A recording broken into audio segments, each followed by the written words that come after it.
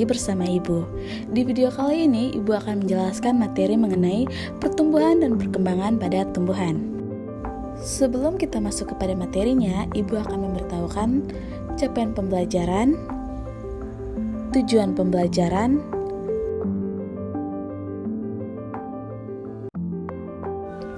dan indikator ketercapaian tujuan pembelajaran.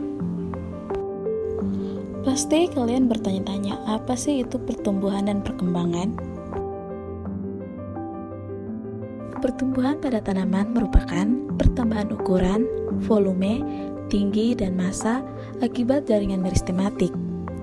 Pertumbuhan memiliki sifat yang pertama, irreversible, yang artinya tidak dapat kembali ke semula, di mana tumbuhan yang sudah tinggi tidak dapat menjadi kecil lagi, bahkan menjadi biji lagi. Sifat yang kedua itu kuantitatif dan kualitatif. Sedangkan perkembangan pada tumbuhan adalah proses perubahan bentuk yang tidak bisa dilihat dengan mata telanjang atau diukur dan ditimbang, karena perkembangan dalam biologi mengacu pada proses menuju kedewasaan. Selanjutnya, faktor-faktor yang mempengaruhi pertumbuhan dan perkembangan pada tanaman.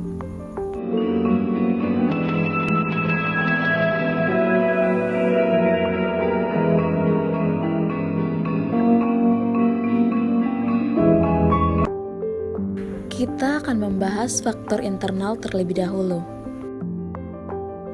Faktor internal pada tumbuhan adalah faktor yang berasal dari dalam tubuh tumbuhan itu sendiri.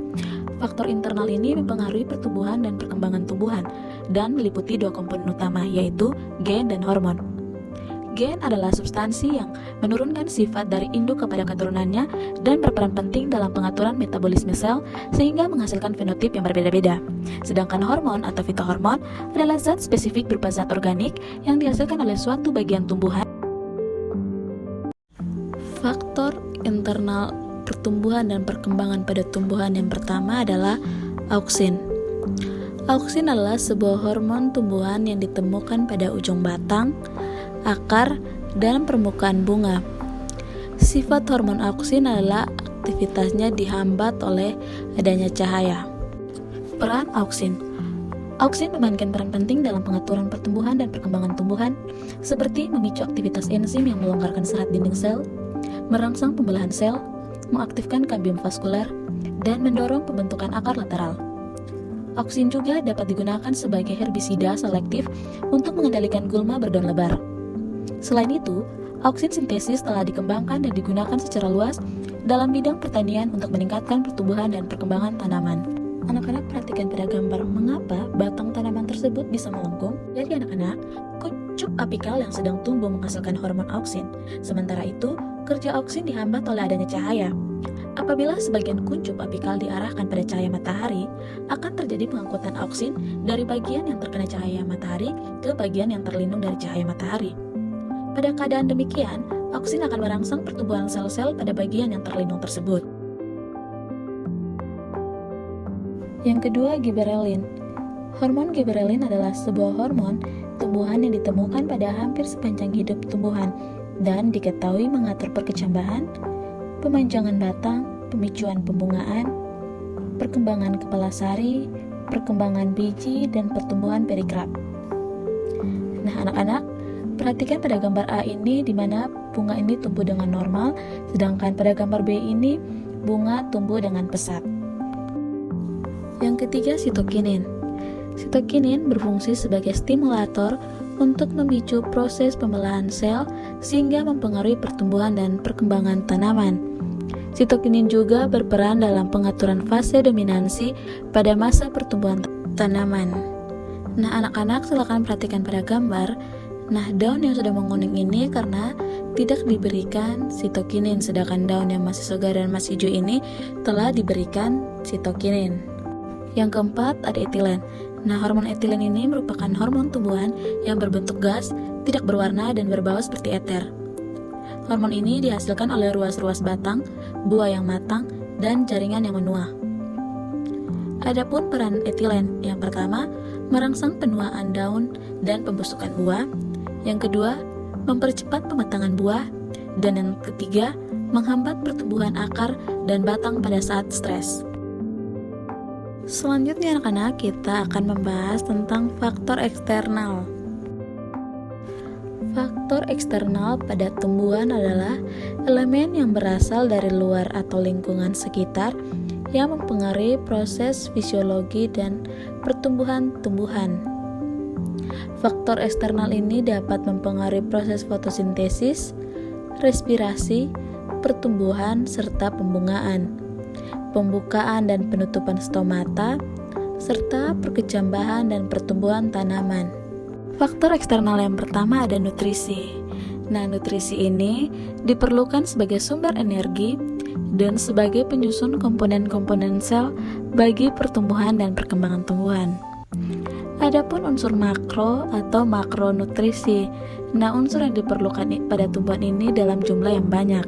Sedangkan unsur mikro atau mikronutrisi, unsur yang diperlukan tumbuhan dalam jumlah yang sedikit. Nah, anak-anak, berikut ini ada beberapa gejala yang mungkin timbul akibat kekurangan unsur hara. Yang pertama, kekurangan nitrogen. Nah, kekurangan nitrogen ini akan menyebabkan tumbuhan tumbuh jelek dan berwarna hijau muda. Permukaan daun bagian bawah berwarna kuning atau coklat muda dan batang pendek serta kurus. Yang kedua ada potasium atau kalium. Tumbuhan yang kekurangan potasium atau kalium, tumbuhan tersebut akan memiliki tunas yang kecil dan ujung-ujung daun mudanya mati. Daun yang lebih tua memperlihatkan gejala korosis dengan ujung pinggirannya mengering dan berwarna kecoklatan. Pada pinggir daun biasanya terdapat banyak bercak coklat. Yang ketiga, fosfor. Tumbuhan yang kekurangan fosfor akan tumbuh jelek dengan daun berwarna hijau kebiruan. Bagian bawah daun kadang berwarna seperti karat dengan bercak ungu atau coklat. Yang keempat, magnesium. Kekurangan magnesium akan menunjukkan gejala korosis atau daun tidak berwarna hijau karena kekurangan klorofil. Hal itu terjadi karena magnesium diperlukan untuk pembentukan klorofil. Yang kelima, besi. Tumbuhan yang kekurangan besi, daun mudanya akan mengalami korosis parah, tetapi tulang daun utamanya tetap hijau seperti biasa. Kadang-kadang muncul bercak coklat sebagian atau keseluruhan daun. Yang keenam, seng. Tumbuhan yang kekurangan seng akan terjadi gejala korosis antar pertulangan daun yang akhirnya menyebabkan nekrosis atau jaringannya berwarna gelap dan menghasilkan pigmentasi ungu.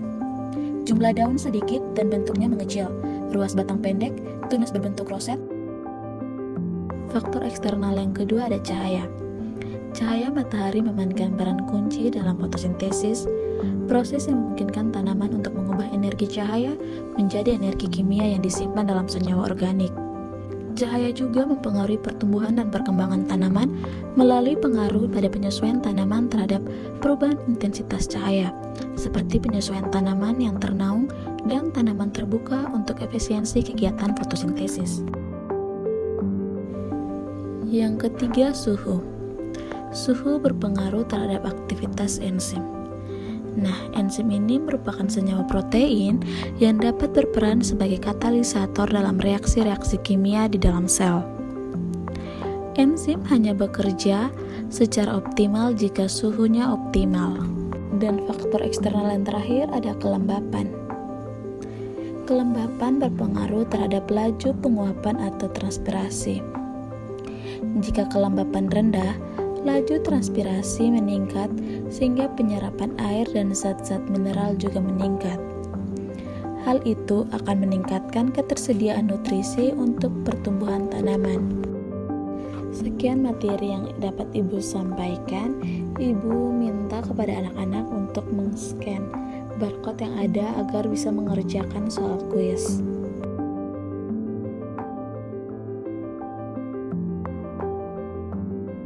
Thank you for watching. Jangan lupa nantikan video pembelajaran Ibu selanjutnya.